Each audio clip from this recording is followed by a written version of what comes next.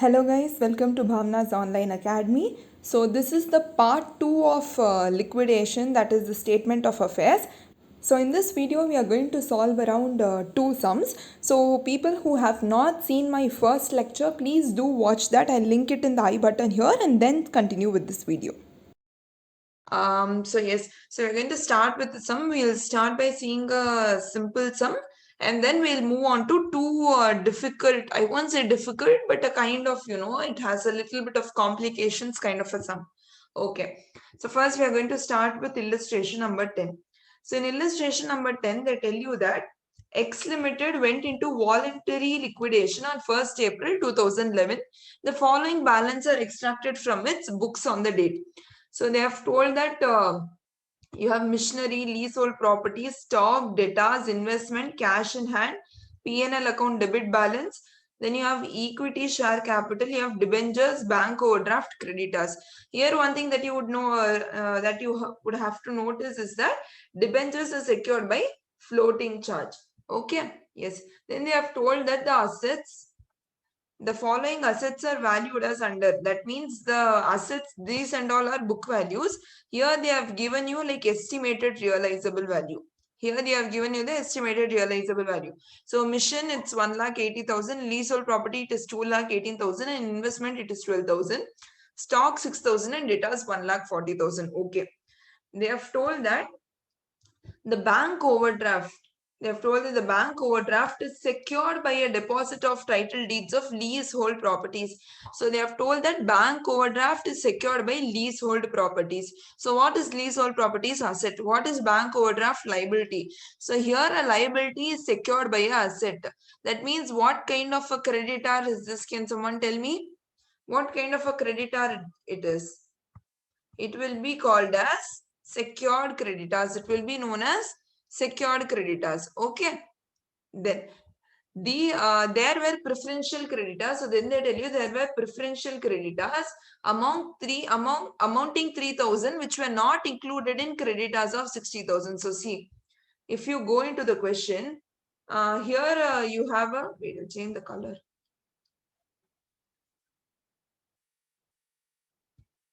Okay, here you actually have a creditors of 60,000, right? So down what they tell you is in preferential creditors, there was also an amount of 3,000, which was actually not included in the 60,000. So it should actually have been 63,000, but the 3,000 rupees creditor was not included. And what was these 3,000 rupees creditors? This 3,000 rupees creditor was preferential creditor. Okay. So now we are going to go and now we are going to prepare the statement of affairs using this. Okay, fine. So you have one thing that you will have to remember. One second. Yes. So one thing that you will have to remember is that except for leasehold properties, one second. So except for leasehold properties, all the assets are what kind of assets? Can someone tell me? Except leasehold properties, all other assets will come under which list? List A or list B? List A is assets not specifically pledged. List B is assets specifically pledged. In which list will it come? It is going to come in list A. All the other assets are going to come in list A. List A is assets not specifically pledged. Very good. Okay, fine. So now we are going to just first prepare the list A, then we are going to prepare the list B. So here in the question, they have told you to prepare the statement of affairs. Okay. So until and unless in the question they don't tell you to prepare deficiency account, you need not prepare it. In the question, they will specify the deficiency account needs to be prepared. In such case alone, if you prepare, it is enough. Okay. Yes. So now let's start with the sum. So first see. So what and all you have? You have machinery, you have stock, you have debtors. We'll go and tick mark here. So you have machinery, you have stock, you have debtors. Okay. Then you have investments, then you have cash in hand. Then you would need to have your investments and cash in hand. Okay, all of the assets we have written down. P and loss account, these and all. See, P and profit and loss account debit balance is also an asset only. Okay, this is also asset only. In the balance sheet, this will also come in asset side only. P&L debit balance. But why will you not write it in list A? Is because in list A, This is list A, right? So in list A, we only write those things from which we are going to get value, from which if we sell, we would get something. Okay.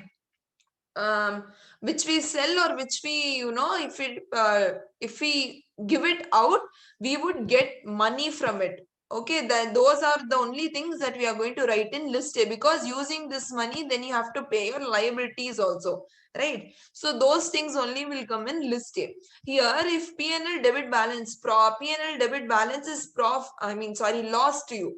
Okay, so from this loss of 1,20,000, you cannot get anything with using which you will pay your liabilities, correct?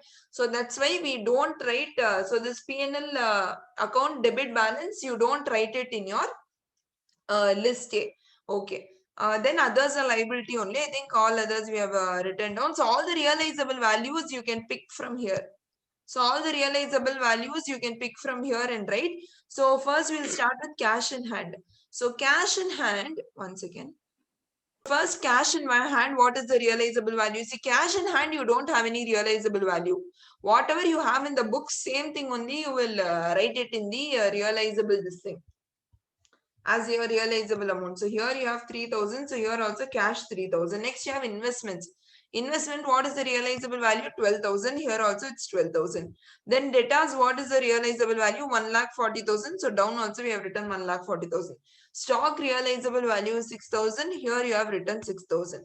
Then machinery realizable value is 1,80,000. Here also 1,80,000 you have written. And then you have got a total of 3,41,000 from list A. Okay, then we'll move on to list B. So this is your list B. So in list B, we only had one asset, which was leasehold property. So leasehold property, it was pledged against which liability? So leasehold property was pledged against bank overdraft. This was pledged against bank OD. Okay, bank overdraft. Okay. So first we will see the leasehold property's realizable value. So realizable value of leasehold property they have given here. See, 2,18,000. So it is 2,18,000. Next you have to see how much is your bank OD. What is the amount of your bank OD you have to see. We go into the question and we see bank overdraft is 54,000. So here again you have to come and write bank overdraft 54,000. See, the amount of liability that you have to pay is 54,000. But the amount you are going to fetch by selling this leasehold property is 2,80,000. So it is a surplus or a liability, deficiency. So it is a surplus or deficiency. From 2,18,000, you have to only pay for 54,000. Remaining 1,64,000 is going to be your surplus. Remaining 1,64,000 is going to be your surplus. So surplus you will take to your outer column. So surplus you will take to your outer column. In case if there was any deficiency, you would take into list. Which list can you tell me?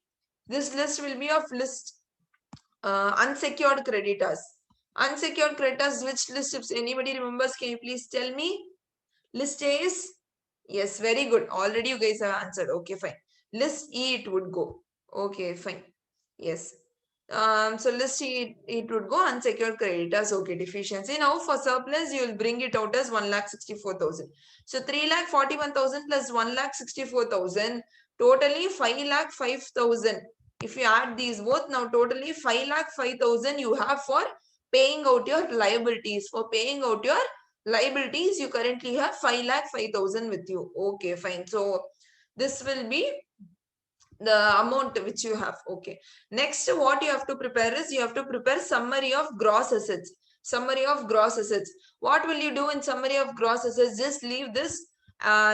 See, you have to take assets specifically. Yes, assets specifically pledged and assets not. Wait, assets. Yeah, they have given in that order only. No, okay, fine. Yes, assets specifically pledged and assets not specifically pledged, you both have to add. That is nothing but in gross assets realized, list A plus list B you have to add and show. List A plus list B you have to add and show. So assets not specifically pledged, this is list A. So in list A it was 3,41,000 the realizable value. The same thing 3,40,000 you have written here, 41,000 you have to write here. Okay, this asset specifically pledged is list B. In list B, here it is written 2,18,000. One thing in the last class itself, what I told you to remember is that, see, whenever you are going to write list B as gross assets realized, as summary of gross assets realized, gross assets means before paying off any liabilities, how much value of asset you had. Before paying off any liabilities, how much value did you have? So while you are writing list B, you must not write 1,64,000 because 1,64,000 is after paying liabilities. Here you have to write before paying liabilities, the gross value you have to write. So 2,80,000 you have to write. So 2,18,000, if you add these both, 5,59,000 will be your summary of gross assets. After that, what is the next head that you write? The next asset is gross liabilities. The next head is gross liabilities. So in gross liabilities, first, as I usually write, you have to first write balance brought down. So how much was balance brought down? Balance brought down was the amount you have to pay off your liabilities. So it is 5,05,000. So it is 5,05,000. So once you write that, next what you have to write is list A asset. Next what you have to write is list A asset specifically pledged. So always I told you, you must not write anything here. Here you will have one column as gross value. Here you will have as realizable value. I think the column name is, I don't remember what head I gave it as. Just give me a second, I'll check. So it was gross value and estimated realizable value or estimated settlement value you can write. Okay, these are the two columns. Okay, so asset specifically pledged, since already you have paid from, sorry, it was list B. List A we don't write here, list B, sorry, yes. Okay, so from these 5,05,000, you have already paid your list B, right? Because we have only added a surplus in this 5,05,000. So already list B, 54,000 you have already paid. So you don't need to deduct from 5,05,000. Under gross value, if you write 54,000 here, it's enough. Okay, fine. Next you have list C. Next you have list C. So list is what? List C is what? Preferential creditors. So preferential creditors, in the question itself, while we were studying, they told you that preferential creditors were amounting to 3,000 rupees. So we'll go and we have to deduct 3,000 from 5,05,000 also and write 3,000 this side also. Okay. So if you deduct 3,000 from 5,05,000, you will have 5,02,000. Okay. Next you have to write list D. So what is your, so it is list D, right? Yes. So what is your list D? So your list D is assets, secured by floating charge. Assets secured by floating charge. So in the question, they had only one asset secured by floating charge, which was your, where was it? It was your debentures. So your debentures was secured by floating charge. It was of value 1,50,000. So you have to come here, list D, floating charge 1,50,000, 1,50,000 you have to write. And if you deduct to 5,02,000 minus 1,50,000, you will have 3,05,000. Okay. Then finally you have to write your list E. So what is list E? So list E is nothing but your unsecured creditors. So unsecured creditors, you have to go in the question and see how much it is. So all the liabilities, I think you have already written. The liability that is left is creditors of 60,000. So always remember this 3,000 was actually not included. So 3,000 is, it was actually 63,000, in which 3,000 was not included, which was preferential. So the remaining 60,000 is going to be your unsecured creditors only. Okay, so where is it gone? So 60,000 unsecured creditors. Okay, so if you do this, so remaining, if you do 3,52,000 minus 60,000, the balance you will be remaining with this 2,92,000. So 2,92,000 rupees you have to pay off your members also. You have for paying off your members also. So you pay off your members as equity share capital of 2,40,000 rupees, and the remaining amount 52,000 you have as surplus. Here below, this is a different format than I told you. They have not calculated, gross assets realized minus gross liabilities realized. Then I prepare this account, correct? So that one you can itself do. It is not a big deal. So that one you can itself do. Here directly they have done 2,92,000 minus equity share capital of 2,40,000, and they have got 52,000 of surplus. So do you have any doubt in this, guys? Any doubt?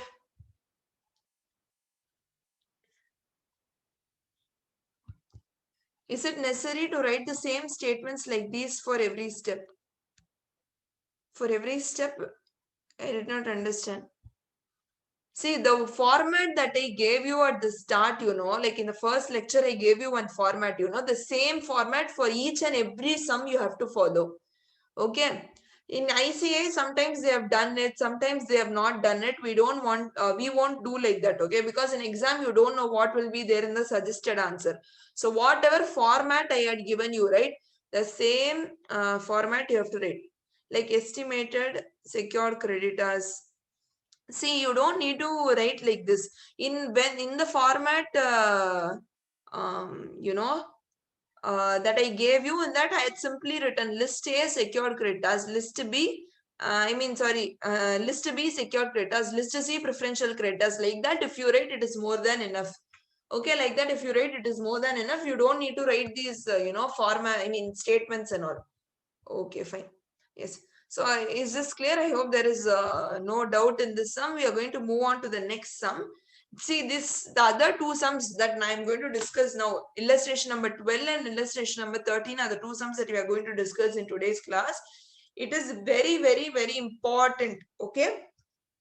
Because there is deficiency account also and there are a few adjustments also. Okay. So listen to both of these sums carefully. Okay, fine. Just give me a second. Yes. Okay. So listen to this sum carefully. Whenever you have doubt, at that time itself, please clear your doubt, okay?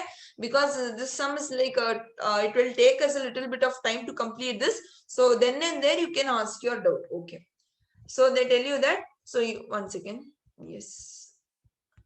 So you have X Limited. X Limited was ordered to be wound up on 31st March 2012, on which date the following balances were extracted from its book.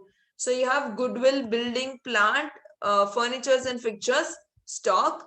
Then you have debtors, cash, profit and loss account, debit balance, which is nothing but your loss. It's a newly added sum, I think. No, this is your illustration number 1 in your old book. Check your illustration number 1 in your old book. New book students, you won't have any problem. Okay. Then you have share capital of equity share capital you have. Then you have debentures. See, debentures, these are secured by floating charge on all assets. Okay. Then you have interest payable on these debentures, and then you have bank overdraft secured by hypothecation of stock. That means this is nothing but bank overdraft. It is secured by stock. Bank overdraft is secured by stock. So stock will come under list B, asset specifically pledged. So stock will come under list B, asset specifically pledged. Then you have creditors. Here you also have one more thing, which is interest payable on debentures 4,000. You have interest payable on debentures 4,000. So regarding this interest also, I will explain you. Okay, once we read the question, I'll explain you regarding this interest. Okay. Then they have said that the amounts were estimated to be realized. This is not 35. This is actually realized. Yeah. So all the assets at what value it will be realized, they are given you. Okay. Then they have told you that creditors included 6,000 on account of wages of 15 men at 100 rupees per month for 4 months immediately before the date of winding up. So they tell you that there are creditors in our books, right? So there are creditors worth 36,000 in this books. So in this 36,000 rupees, what are the amounts it's included? They have told you. So the first they have told you that they have 6,000 rupees which is included on account of wages. So in 36,000 rupees, you have 6,000 which is wages. So this wages, how you have got, they have told you. They have told you that 15 men were there. 100 rupees per month you have given for 4 months. So if you do that, you get 6,000 wages. Okay. Then, so related to this also, we have a little bit of adjustment. That also I'll explain you. First, I'll go through the question. Then they have told you that there are also 9,000 rupees being the salaries. Okay, so in this 36,000 rupees, 9,000 rupees of salaries is also included. 9,000 of salaries is also included. How it is computed is, it is salaries of 5 employees, 300 per month for the previous 6 months. Okay. So that was creditors. And then in this creditors, you have a rent for go down of last 6 months amounting to 3,000. So you have, one second. Okay. So in this creditors, you also have rent for go down amounting to 3,000. So we'll write here rent for go down. Okay. Rent for go down was 3,000 rupees. Okay. Then they tell you that income tax deducted out of salaries of employees was 1,000 rupees. So they have told that income tax deducted out of salaries. Okay. So this is nothing but tax deductible at source. TDS it is. Income tax deducted also you can write, or TDS also you can write. Out of salaries was 1,000 rupees. So all of this is from creditors only. Okay. And finally they tell you that they have director fees of 500 rupees. So in this 36,000 rupees, you also have director fees of 500 rupees. Okay. Director fee of 500 rupees. Okay, fine. Then they have given you 3 years data. So yeah, year ending 31st March 2010, year ending 31st March 2011, and year ending 31st March 2012. So 3 years data they have given you.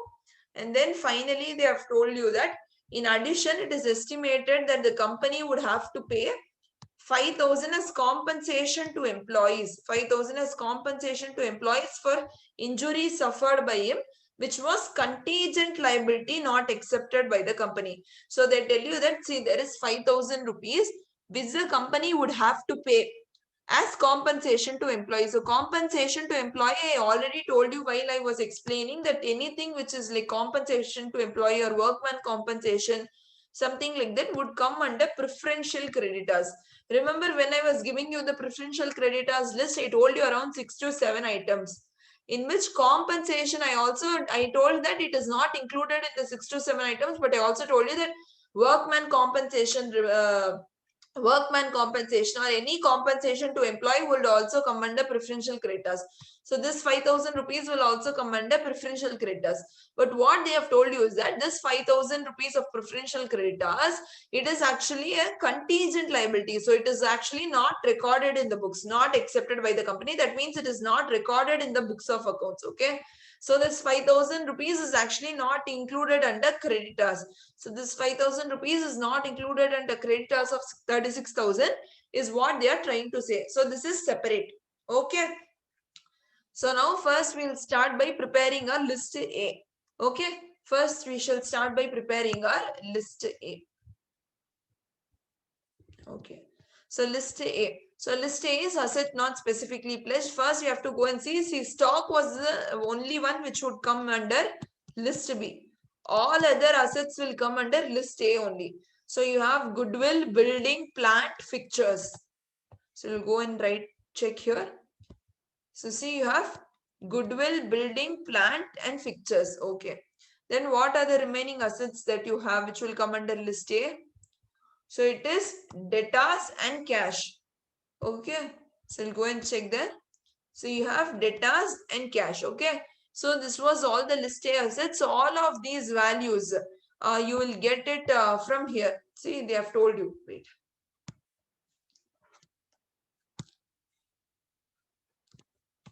Okay. So here see they have told you that see goodwill will be 1,000, building 3 lakh rupees, plant 5,25,000 rupees, fixtures 10,000, stock 31,000, debtors 28,000. So always remember while you are writing your answer of statement of affairs, you should not write book value, you should only write the realizable value. So all these realizable will go and write it here. Goodwill 1,000, building 3 lakh, plant 5,25,000, for fixture 10,000, debtors 20,000. And cash, as I told you, you have to directly take the book value only because cash does not have realizable value. So cash was 500 book value. So realizable value also 500. So if you make a total of this, you will get 5,56,000. 8,56,500. Okay. So I hope there is no doubt in list A. So this was your list A.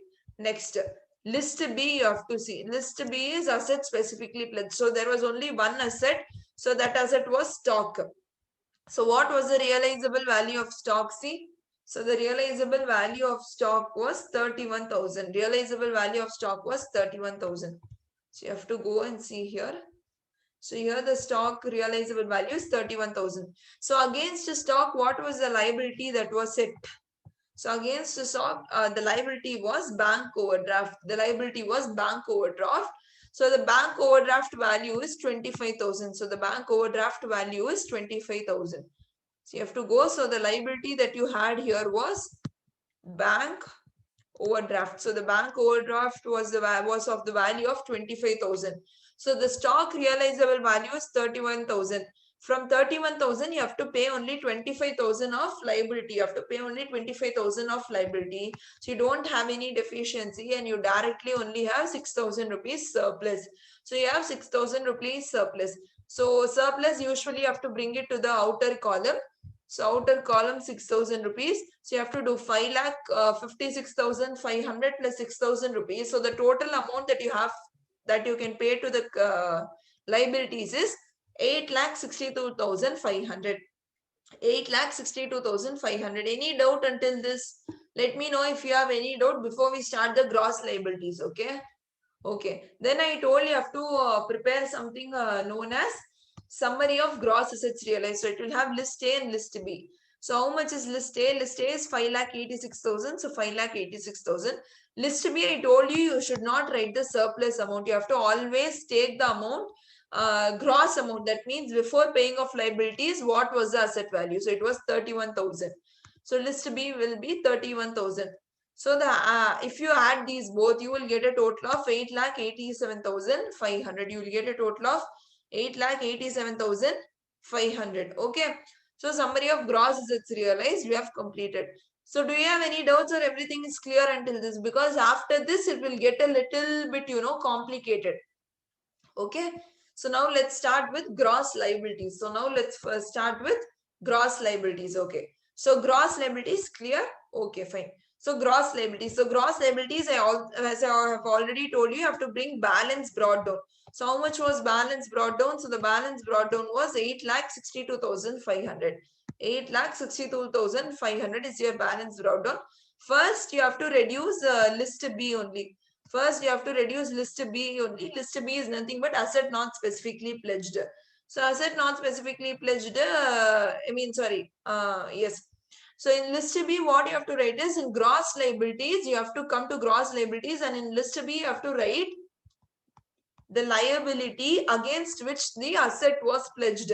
You have to write the liability against which the what do you say? Against which the asset was pledged. So that liability was nothing but your bank overdraft. So bank overdraft value you have to write here under gross liabilities. Bank overdraft you have to write under gross liabilities. So how much is the bank overdraft? The bank overdraft is 25,000. So 25,000 we have written here. Why did we not write the amount here? Because from 8,62,500 we have already reduced 25,000. After that only it has come up to 8,62,500, right? So we don't reduce a 25,000 amount here again. Okay, fine. So if you do that, you will get an amount of 8,62,500 again as your balance. Okay. So then you have to reduce your list C. Then you have to again reduce your list C. Okay. So list C, what will come? List C will be your preferential creditors. So what are your preferential creditors? So preferential creditors, already you have your 5,000 rupees. Okay. So what is this 5,000 rupees? Where did we get this 5,000 rupees from? So at the end, didn't I tell you this 5,000 will come as your compensation to employee? I told you that this 5,000 will be your preferential creditors. That's what I have written here. EC, it is nothing but employee compensation expense. I have written as 5,000 rupees. So this is your preferential creditors. So what are the other preferential creditors we are going to see now? Okay. So what are the other preferential creditors we are going to see now? Okay. First we'll take this. So under 36,000, see this TDS of 1,000. This TDS of 1,000, this is whether you guys have to tell me whether this is a preferential creditor or not a preferential creditor. If this is a preferential creditor, under what will this come? Under what head will this come? Like I gave you a list of preferential creditors, right? So under that list, under what head will this come? Anybody who can tell me? Very good, guys. So TDS will come under all dues and all dues to government. So all dues to government, I told you that it is a all dues that are to that you have to give to the government will come under preferential creditor. So TDS is also something that you have to give to the government only, correct? So this 1000 will be your preferential creditor. Okay, so this 1000 will be your preferential creditor. After this, next you have what do you have? Director fee. So I gave you two columns and I told you that there are a few things that will come under unsecured and few things which will come under, unsecured and few things that will come under preferential. So I had given you, director fee, managing director fee. Then I also gave you, I think, wages and salary. Then I gave you a few other lists. Yes, very good. Somebody has answered me that director fee is not a preferential creditor. It is actually an unsecured creditor. So they have told me that the director fee is a unsecured creditor, because I told you that, see, people who are in employment of the company will only have preferential, preferential rights. Director is not an employee of the company. Okay, so he's like in a senior position. He is not someone who is being employed. He is not an employee of the company. So therefore, this 500 will be your unsecured creditor only. Okay. Next, you have rent for godown. Rent for godown does not come in our list itself. Okay, so this is directly your unsecured creditor only. So this is directly your unsecured creditor only. Next, you have wages and salary. So wages and salary, I told you it would come under preferential creditors, but there are a few conditions. Remember what was the condition that I told you? I told you 4 months salary or 4 months salary or 20,000 rupees, whichever is lower. So this 4 months salary should be of one employee. 4 months salary of one employee, or for one employee 20,000. This is for per employee only. For per employee, for every employee you have to see this. Okay, so 4 months salary or 20,000, whichever is lower, and whatever due is there, this due should be within last 12 months. Within last 12 months only this due should be there. Okay, so I also, while I was studying, I also got a doubt. Let's see, here they have told that 12 months should be the due. Okay, this whatever amount is due, the 6,000 wages or 9,000 salaries, this should be due within the last 12 months. But anyway, if it is going to get covered under the 4 months, it is going to be due under the last 12 months only, right? See, if it is going to get covered under 4 months, it is anyway going to get covered under the 12 months also. So anyway, this condition will get fulfilled, correct or not? Everybody agrees with me on this part or not? Anybody who does not agree? What I'm saying is, if there is 6,000 rupees wages, this 6,000 rupees wages, if it is getting covered under 4 months period, if it is getting covered under this 4 months period, then it will automatically get covered under 12 months period also, right? It will automatically get covered under 12 months period also, right? Do you agree with me or not?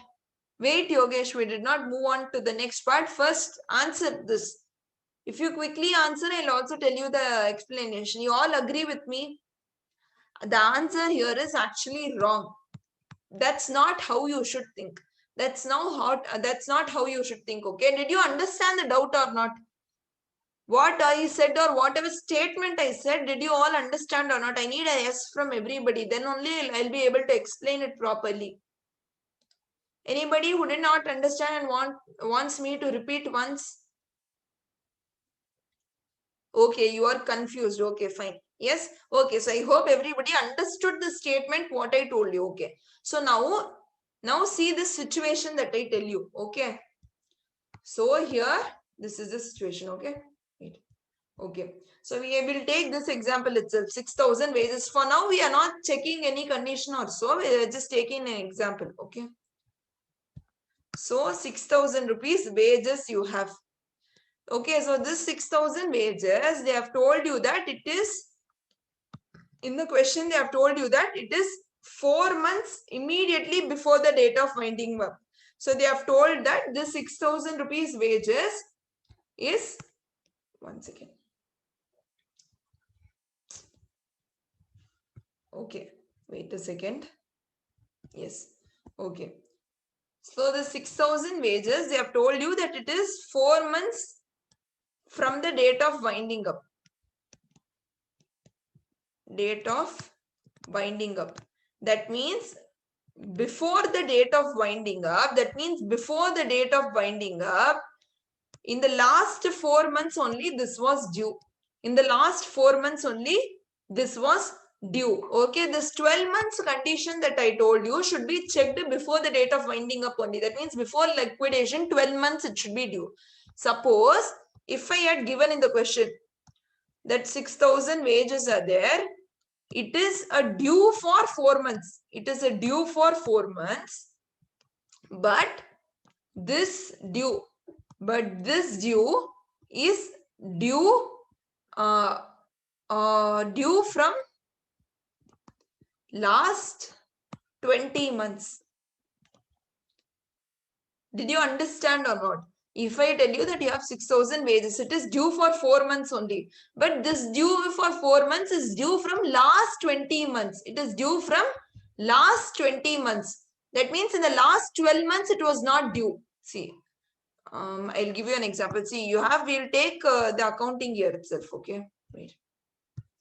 So you have from April to March. Okay, suppose this is April 20, March 20, March 21. Okay, April 20, March 21, you have a period of 12 months. From period of 12 months, again I have to count around 8 months. 8 months I have to count. 8 months means October, September, August. Okay, yes, correct, August.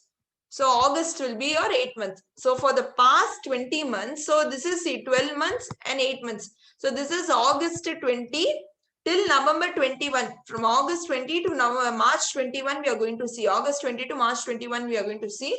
So this is a total period of, how many months? 20 months. So what I tell you is, this 6,000 wages is a wages which is due for 4 months only. So 4 months wages only you have not given.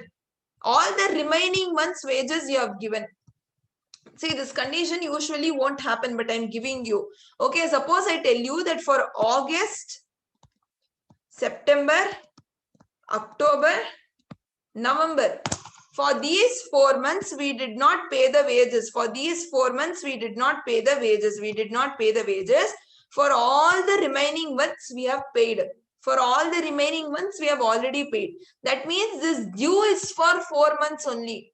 But this due is before 12 months of the date of winding up. Suppose the date of liquidation is also March 31st only.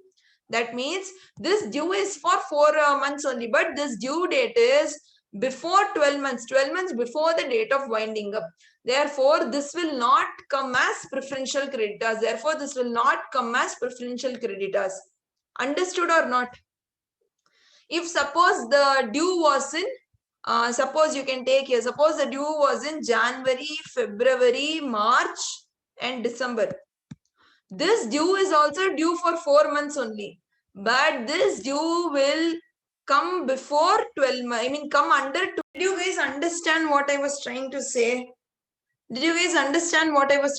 What is the difference between 4 months and 12 months? So both the condition must be, you have to see 12 months is the first condition that you have to see. Okay. And the 4 months also you will have to see depending upon 4 months or 20,000, whichever is less. Did you understand or you did not understand? If you did not understand also, you can let me know. No problem at all. Did you guys understand or not? So yes. So now we were talking about preferential creditors, if I'm not wrong. Once again, I'll just take this off. Okay, fine. So I told you that you have to see whether it's 4 months or 20,000, whichever is lower. So this 6,000, once again, yes. So this 6,000 wages you have to first see. Okay, see, I've made a column here. Okay, so we are doing a working note for preferential creditors. So the wages are 6,000 rupees. So the wages is 6,000 rupees, and in the question they have told you that this 6,000 rupees is on account of 15 men for whom you give 100 rupees per month for 4 months. So they have told you that 6,000, how did you get? You got it as 15 men for whom you give 100 rupees per man, and it is for 4 months. So if you do 15 into 100 into 4, you will get 6,000 rupees. Okay. So now first we have to see the condition. So the condition is per person, that is for every 1 man, you have a period only for 4 months. And for 4 months, for every month, you get a salary of 100 rupees. Okay, so that means for per person, it is going to be 400. So you have to see whether it is 400 or 20,000 rupees, whichever is lower. So you have to see, wait, 1 second guys. Yeah. So you have to see whether it is 400 or 20,000, whichever is lower. Did you understand how I got this 400? So for one employee only you have to check this condition. So for one employee you have to see for 4 months how much is the salary. So for 4 months the salary is for each month the salary, I mean for each employee the salary is 100 rupees for each month. That means for 4 months the salary will be 400 rupees. So you have to see 400 per person or 20,000, whichever is lowest. So the answer will be 400. So the total preferential creditors will be 400 for one employee into 15 men. That is 400 for one man into 15 for every man. So 6,000 rupees. So 6,000 rupees. Okay. So this totally this whole amount of 6,000 rupees will come under your preferential creditor. So this whole amount of 6,000 rupees will come under your preferential creditor. So this wages, did you understand? Let me know if you have any doubt. Then in the question they have told you that you have salary. Salary is of 9,000 rupees. Okay. So here we can go and see. See, they have told you that you have 1 second.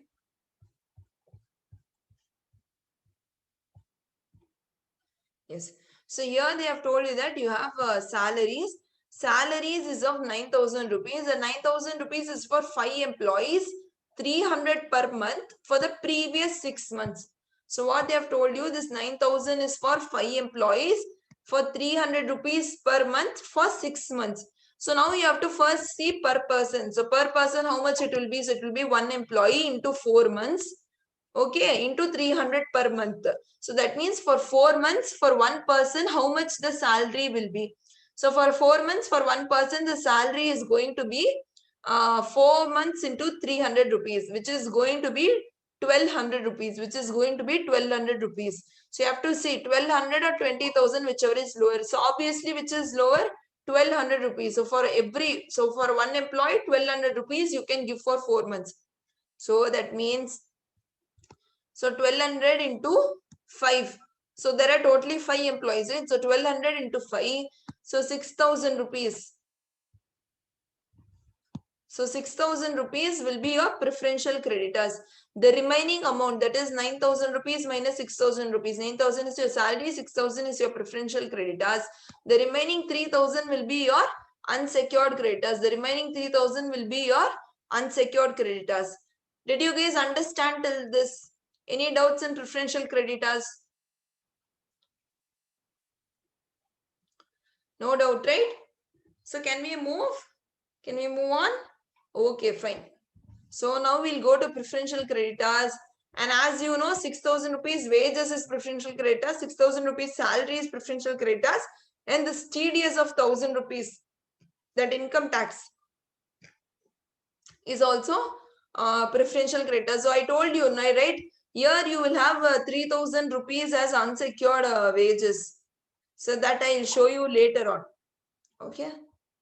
So we can just write in this 9,000 rupees, the whole of this 9,000 rupees is, from this only 6,000 rupees was preferential.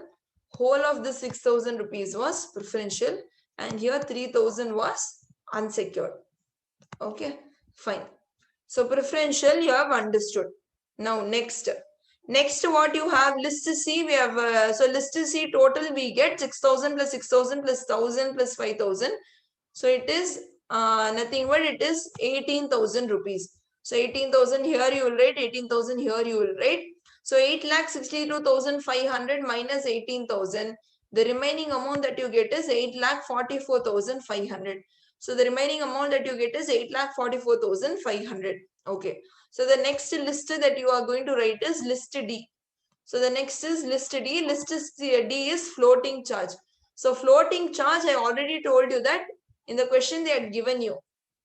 Debentures are secured by floating charge. So see, debentures are secured by floating charge for an amount of 1,60,000. So you'll go and check here. So if you see here, the amount is actually 1,64,000. I have also added interest here of 4,000. I have also added interest here of 4,000. So what is this interest? I will tell you now. Okay. So what is, one second guys. I don't know why this is causing so much of problem today to us. Okay, where were we? Yes. Okay. So see here, if you can see, I'll show you it. So see here in the question you have interest payable on debentures. Here you have interest payable on debentures 4,000 rupees. So I have also added this with 5% debentures secured by floating charge. So why did I add this with this is now I'm going to tell you the concept. So now we are going to learn a new concept. Okay, just give me a second. Are you all ready to learn a new concept? So the name of the concept is interest. Okay, so today we are going to learn about interest. Okay. Give me a second. So interest, you can divide it into two. Okay, so this interest that you get here, for example, we will take as interest on debentures itself. Okay, usually this interest in the question you will get for debentures only. So we'll also assume here that this interest is for debentures. Okay, fine. So interest on debentures. So this interest on debentures, you can divide it into two. First is till the date of liquidation. Okay, and the next is after the date of liquidation. So for one is till the date of liquidation. The next one is after the date of liquidation till date of repayment. Till date of repayment. Okay. So once again. Okay, suppose we'll take here. Okay, one second. Okay, suppose we'll take here a few details. So suppose you have a debenture of 1,50,000 rupees. Interest on the debentures is for 10% per annum. 10% per annum. Okay. Date of liquidation is 31st March. One second, why is this not writing? Okay. Yes, date of liquidation is 31st March. Okay. But the date of repayment, the date that you repay, this is suppose 31st of April. Suppose this is 31st of April. Okay. Now we'll take it from 1st April. 1st April to 31st March. How much is the interest? So how much is the interest on debentures? It is 1,50,000 into 10%. So it is 1,50,000 into 10% will be your interest on debentures, which is actually 15,000 rupees. So this 15,000 rupees is still the date of liquidation. I mean, sorry, 30th April. Sorry. 30th April, okay. Okay. So till 31st March, 15,000 rupees will be your, what is this? Interest. Okay. Then see, you have to, whenever you take a debenture, it does not count whether on date of if it is liquidated, after that you need not, pay interest. So interest on debentures will be paid until you will actually make the repayment of it. So debentures interest you have to pay until you repay the whole debentures of 1,50,000. Okay. So they tell that even though the liquidation happened on 31st March, it so happened that for 1 month we were only realizing the assets, and with whatever assets we had realized on 30th April we had repaid the debentures. So on 30th April we had repaid the debentures. Okay, so 1,50,000 is the debentures. 30th April if you had repaid, then for extra 1 month you had to pay interest, right? So extra 1 month you have to pay interest rate for this April month. How much will be the interest? So this will be nothing but 1,50,000 into 10% into 1/12. So how much is it? You have to be quick, guys. You have to calculate and tell me fast. So it is nothing but 1,250. So it is going to be 1,250 rupees. So 1,250 rupees extra you have to pay. Okay, so 1,250 rupees extra you have to pay. So now you tell me, interest till the date of liquidation, how much? Interest after the date of liquidation till the date of repayment, how much? Can you tell me? So first you tell me, till the date of liquidation, how much will be the interest? The interest is going to be 15,000 rupees. The interest is going to be 15,000 rupees. From after the date of liquidation till the date of repayment, how much? 1,250 rupees. 1,250 rupees. Very good. Okay. So now we have bifurcated the interest into two. Now suppose what happens is, in the question they tell you that this 15,000 also you did not pay. This 15,000 payment also you have not made. This 12,150 payment also you have not made. So both the payments you have not made for interest until now. That means whenever, so this means whenever you are going to repay your debentures, along with that you have to repay your interest also. Along with that you have to pay your interest also, because until now you did not pay the interest. So when you do the repayment of your debentures, you have to pay your interest also. Okay, so I hope this is clear to you. Okay, fine. So what they tell you is that, now coming back to concept, interest is bifurcated into two: till the date of liquidation, then the next is after the date of liquidation till the date of repayment. So till the date of liquidation, whatever interest is that, you have to pay it in same capacity as debenture holders. Same capacity as debenture holders. That means whenever you make the payment of debenture holders, along with that itself, this 15,000 you can pay. Along with that 15,000 you can pay. Whereas, one second guys. I don't know what's the problem with my laptop today. Just give me a second. So what was I saying you? So when you make the payment of debenture holders of 1,50,000, along with this 15,000, you will have to also pay. Okay, fine. What about the after the date of liquidation till the rate of payment? What about this 12,050? I mean 1,250 rupees. What it is written here is that if the company is solvent, it should be paid after unsecured creditors. You have to pay it after whom? Unsecured creditors. You have to pay it after whom? Unsecured creditors. Because see, this is how we pay. So how is our list? So we first pay for list B. Okay. Then we pay for list C.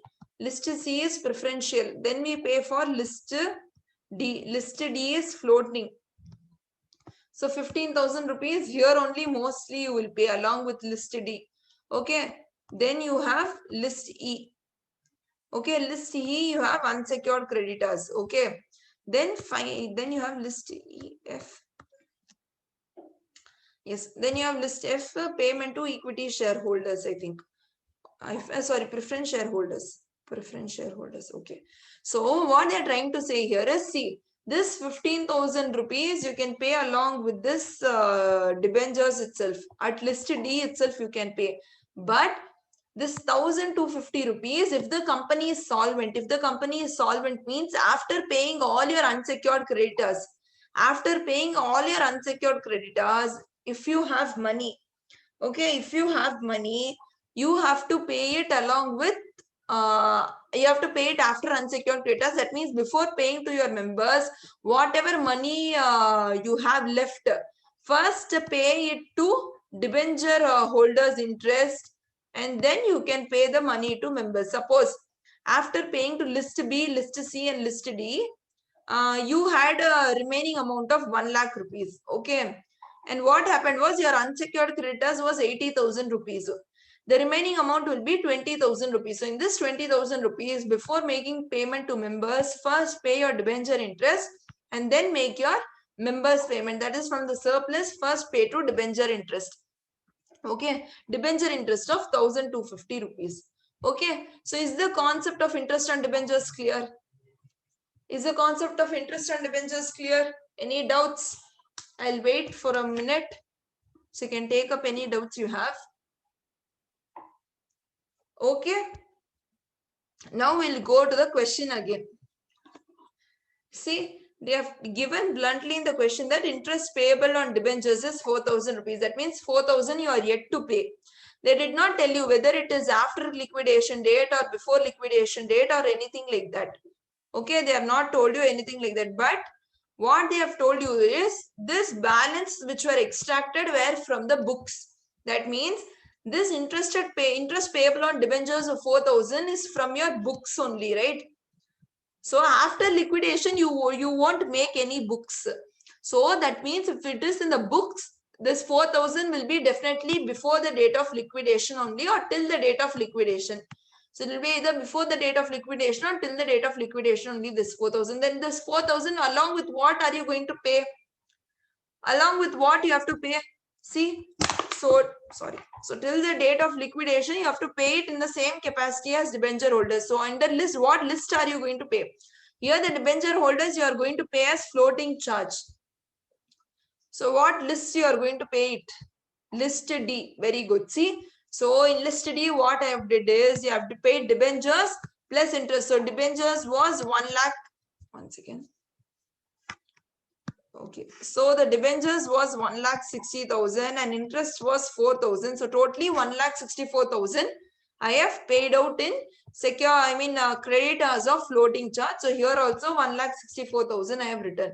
So if you do 8,44,500 minus 1,64,000, the amount that you will be remaining with is 6,80,500. So from this 6,80,500, you have to pay out unsecured creditors. You have to pay out what? Unsecured creditors.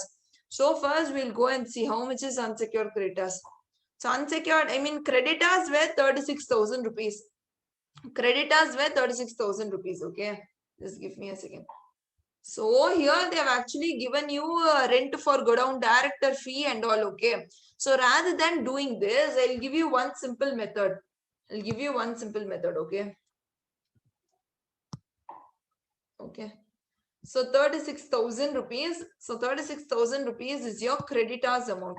Okay. So in this creditors, you will both have preferential creditors and also you will have your unsecured creditors. Am I right or wrong? Am I right or wrong? You will both have your preferential creditors included and also you have your unsecured creditors included. Because in the question they have told you.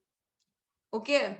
So what we are going to do now is if we reduce preferential creditors from the whole number of 36,000 rupees of creditors, the remaining creditors will be your unsecured creditors, correct?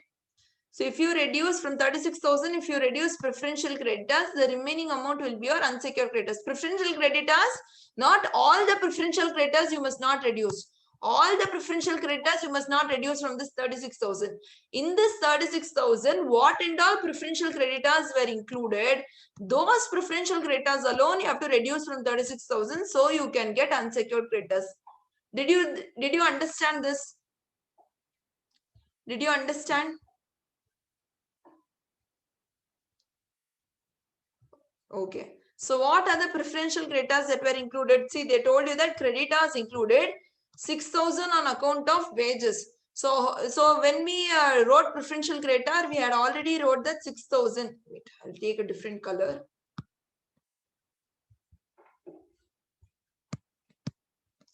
Okay. So under this preferential,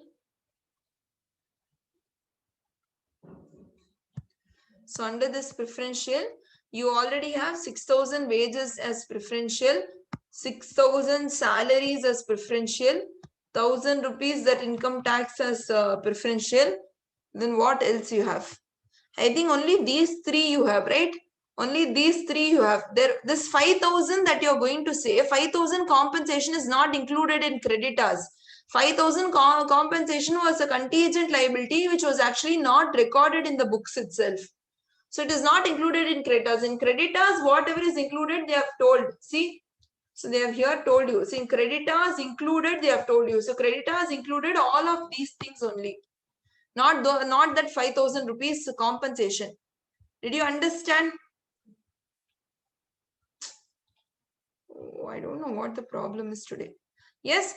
So yes, so that 5,000 rupees will not come under this this here. That's what I told you. In this creditor of 36,000, only those preferential creditors which are included here will get reduced. So it will be 6,000 wages, 6,000 salaries, and 1,000 rupees IT. What is the total? The total is 13,000 rupees is your preferential creditors. So then what will be your unsecured creditors? Can someone tell me? So it will be 36,000 total creditors minus 13,000 preferential creditors. So the unsecured creditors is 36,000 minus 13,000. Very good. So it is 23,000. So it is 23,000. So you can directly go to unsecured creditors and you can write here 36,000 minus 13,000. It is 23,000. So it is 23,000. Okay. So 23,000 here and here both side you can write. And the remaining the amount that will be remaining here is 6,57,500. And here the gross value total will be 2,30,000. So you have a surplus of 6,57,500. So this gross liabilities was one thing which was complicated. Another complication is deficiency account. So this gross liabilities, did you understand completely? Any doubts? I'll wait. Until that, I'll explain you this gross assets realized. So gross assets realized, you have to write, and gross liabilities paid, you have to write. So gross assets realized last, 1 second. So here itself you found out. So it was 8,87,500. So gross assets realized will be 8,87,500.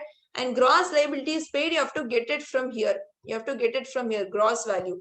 So it will be 2,30,000 and the amount will be 6,57,500. So it will be 6,57,500 which is going to match with this amount, okay?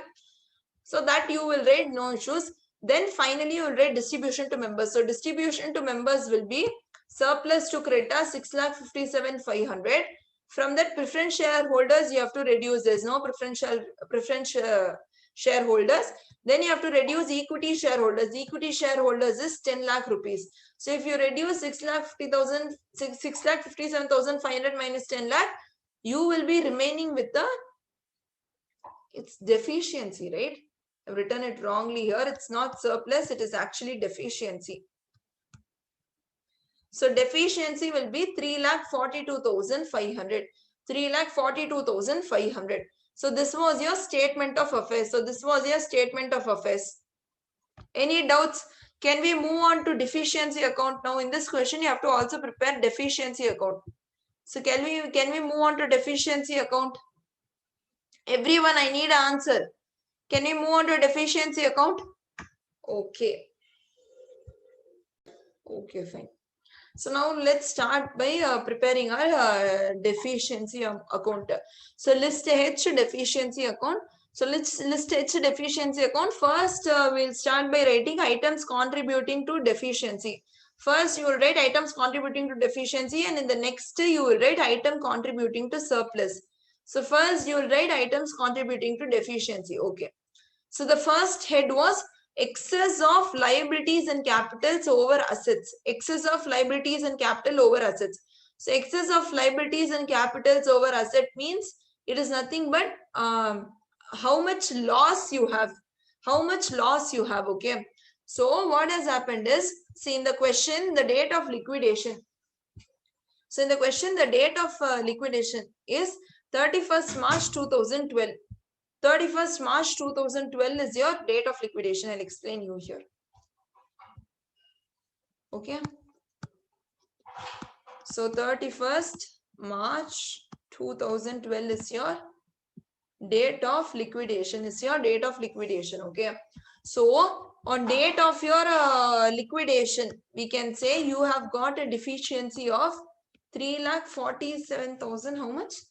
42,500, 3,42,500. So 3,42,500. So how did you get this deficiency is what we have to see.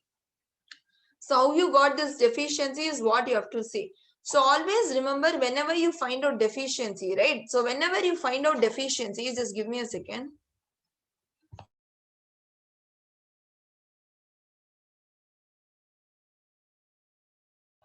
Okay. So whenever you find out the deficiency, this deficiency will not come only as a result of 1 year. Okay. So suppose today I start a business. In my business, if I have to close down a business, if I go to the situation of closing down a business, only due to one particular year, alone, it is it is not important that I go and close down my business. My closure of business can also be a result of continuous losses over the year. My closure of business can also be a result of continuous losses over the years, and not only 1 year. The same way, the liquidation of company can also be a result of more than 1 year, and not only the year of liquidation. The what I'm trying to say here is that, so when a company goes into liquidation, it is not important that it goes into liquidation only because of 1 year. It can be a result of more than 1 year also. So whenever you're going to find out the deficiency, that how you got this deficiency of 3,42,500. So in the list H, what you're going to prepare now, in this list we are going to see how we got 3,42,500 as our deficiency. So that is what we are going to compute and show them. Okay. So in this list, this 3,42,000 is not important that it was only the result of liquidation year. It can also be the result of all the previous year also. So we are going to take into account all the previous years and see how we got the deficiency of 3,42,500. Okay. So I hope this is clear to you. So here they have given us a data of 3 years. So year ending 10, 11 and 12 they have given. So 31st March 10, 31st March 11 and 12. So 1st April 10. Okay, so 3 years they have given you data. The data of this year, the data of this year and this year. 3 years data they have given you. So this is first year, second year and third year data they have given you. So what they tell you is that 3 years ago. So they first tell you that 3 years ago, while you were starting up, okay, the debit balance in the P&L account was 77,925. The debit balance in the P&L account was 77,925. Whether this is a loss or a profit, can someone tell me? Whether this is a loss or a profit? Fast. So that's a loss, right? So this 77,925 is a loss. So always remember, once again. So what was he saying? So he was telling that 3 years ago, the company had a loss of 77,925. 3 years ago, the company had a loss of 77,925.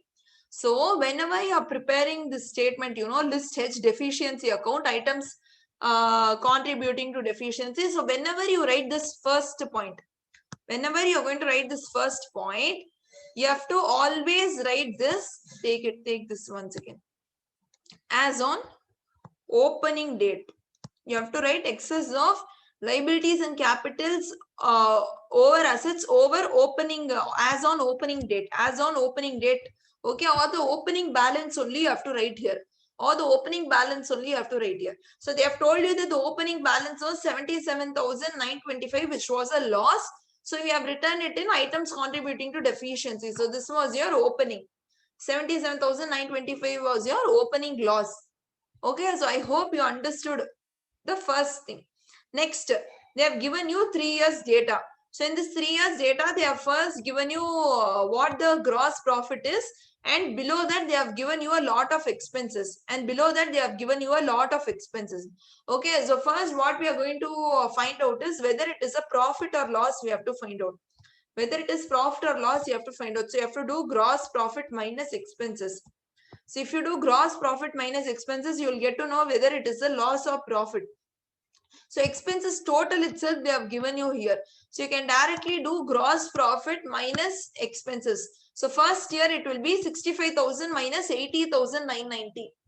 So please calculate and tell me how much it is.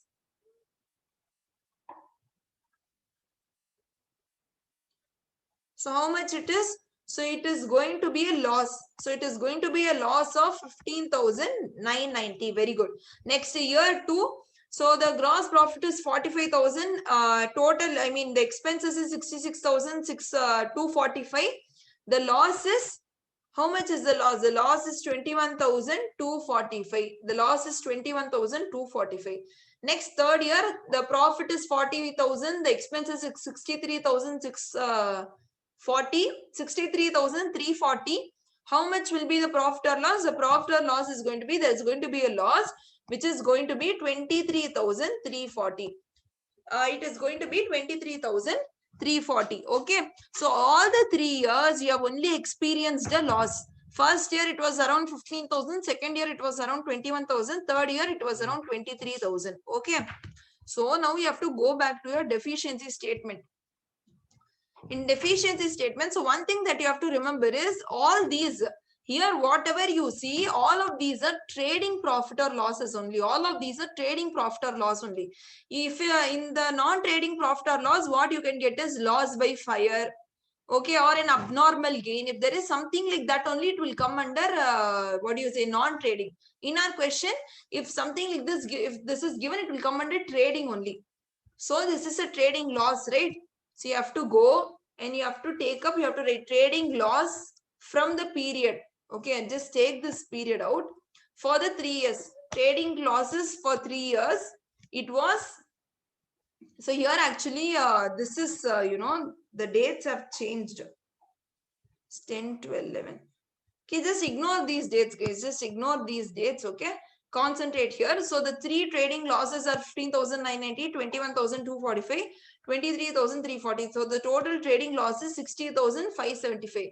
So already you had recorded a loss of 77,925. Now you have another loss of 60,575. So in the format, we had also written dividend declared by the company if there is any. Through the 3 years, you also have to write that. But in our question, there is no dividend declared. So we just put a dash here. Okay. Next, you have to see if there is any non-trading loss in the question. There is no non-trading loss given in the question. So this will also be a dash only. Okay, fine. Next, the fifth point that you have to write is estimated losses. The fifth point that you have to write is estimated losses. So how will you find out this estimated losses? I told you that this estimated losses can either be due to the asset value decrease or due to the liability value increase. It can either be due to the asset value decrease or due to the liability value increase. Correct? So now we have to go to the question and see whether the asset value has decreased or liability value has increased. Okay. So first we are going to check with the asset value. So first we are going to go and check with the asset value. Okay. Just give me a second, guys. Okay. So this is all the book values, right? So these are all the book values. So the realizable value we will write here. So the realizable value will write here. So it's easy to compare. So how much is the goodwill? Okay, so wait, the actual meeting is going to end. So I'll end and I'll bring you back into the meeting. So I'll just wait for everyone to join until that I'll write the realizable value quickly. So what will be the realizable value? So the realizable value here is 99,000. Building is 50,000. Just check if I'm writing the realizable value properly. Plant is 25,000. Fixtures is 13,000. Stock was, how much was stock? Wait,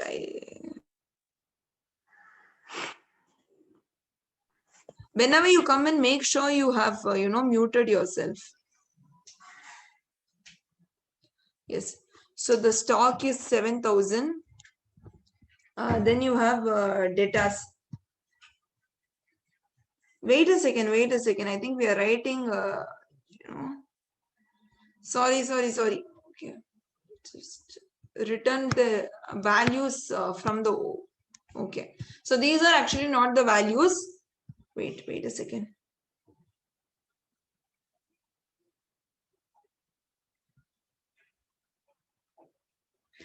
Okay.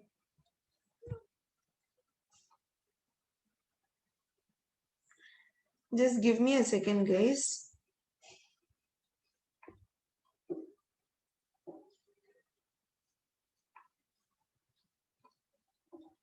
Just 1 second.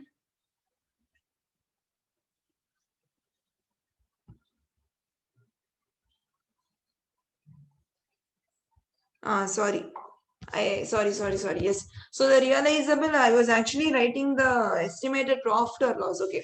Okay, guys. So now we'll start by writing the realizable value. So goodwill realizable value was 1,000 rupees. Building was 3 lakh rupees. Plant was 5,25,000 rupees. Fixtures was 10,000 rupees. Stock was 31,000 rupees. Debtors was 20,000 rupees. I think all the assets realizable value you have, right? Now we have to find the profit or loss. So first goodwill. Goodwill, the loss is 99,000 rupees. Then building. Building loss is 50,000 rupees. Then plant. Plant also you have a loss of 25,000 rupees. Then you have fixtures. Fixtures you have a loss of 13,000 rupees. Then you have stock. Stock you have a loss of 7,000 rupees. And then debtors. Debtors you have a loss of 5,000 rupees. Okay. So I hope this is, how did I find out this profit or loss? This was nothing but realizable value minus book value. So if you do this, you will get the profit or loss. Okay. So this is the profit or loss that we have found out. Okay. So the same thing, this is all, what is this? So here what has happened? So in this case, the asset value has been reduced. So that's why you are getting a loss, right? So asset value has been reduced. If asset value is reduced, it should go to items contributing to deficiency. It should go to items contributing to deficiency. So if you go there, you will find out all of these.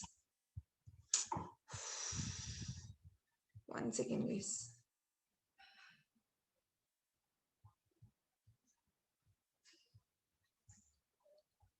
This laptop today. Okay. Okay. So all of these I've also written here. All the asset value which has been reduced, I've written here. All the realization loss I've written here. So you should not only take the asset value which has diminished. You have to also take up any value where the liability value has been increased.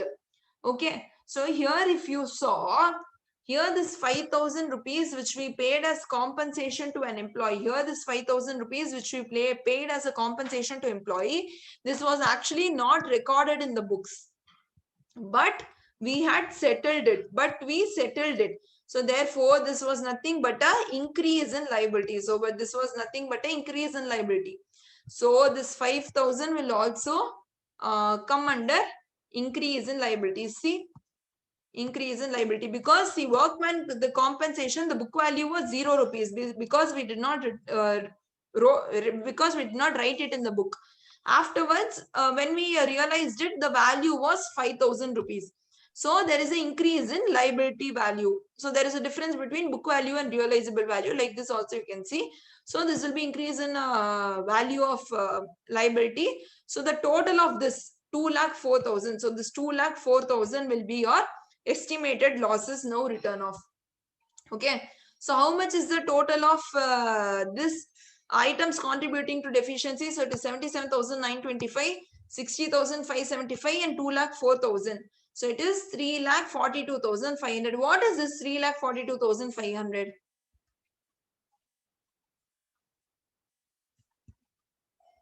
This was a deficiency amount, correct? So this is how we got a deficiency. So you may ask, see Bhavna, there is items contributing to surplus also. This you didn't write. So see here, items contributing to surplus, related to this, there was no information given in the question.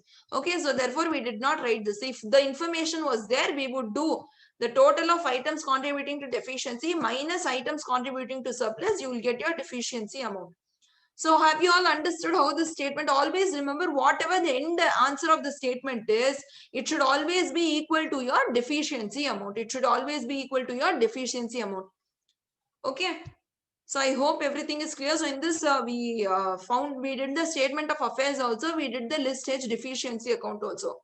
My plan was to complete 3 sums today, but we were only able to complete 2. The remaining sums, okay, I think we'll complete it by evening or so. So that's it for this video, guys. Hope you found this video helpful. If you did, please do like, share and subscribe, and also don't forget to click on the notification icon so you get notified every time I post a new video. Thank you.